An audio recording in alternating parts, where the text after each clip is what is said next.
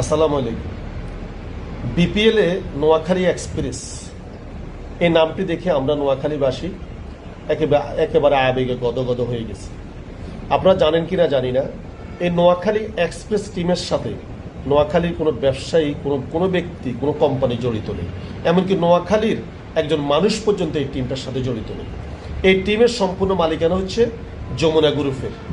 Jamuna industrialist এগ্রোর মালিকানাধীন দেশ travels হচ্ছে এই নোয়াখালী এক্সপ্রেসের কর্ণধার। এটা কিন্তু নোয়াখালীর নয়। যমুনা গ্রুপের মালিক নুর ইসলাম বাবুল, তার বাড়ি হচ্ছে দোয়ার নবাবগঞ্জ। তিনি গত করোনাতে মারা যান। কিন্তু এখন কথা হচ্ছে, এই নোয়াখালীর নামে যে একটা টিম তারা চালু করছে, এখানে গতকালকে তারা বিটে দেখলাম, অকশনে দেখলাম ভালো কোনো প্লেয়ার তারা কালেকশন করতে পারে না। যত ধ্বজা ফসা ধ্বজভাঙ্গা সব খেলোয়াড়কে তারা নিছে। ফলে এই নোয়াখালী টিম বিপিএল যে রোল প্লে করবে, এই রোল প্লের সফলতা এবং ব্যর্থতা সম্পূর্ণ নোয়াখালীর ঘাড়ে আসবে। এই কুমিল্লা সহ যেসব জেলাগুলো আমাদের নোয়াখালী বিভাগ নিয়ে বিভিন্ন কুৎসা রটনা করতেছে, এই বিপিএল এ নোয়াখালী ব্যর্থতা নিয়ে খেয়াল রাখবেন, তারা আরো বেশি কুৎসা রটনা করবে।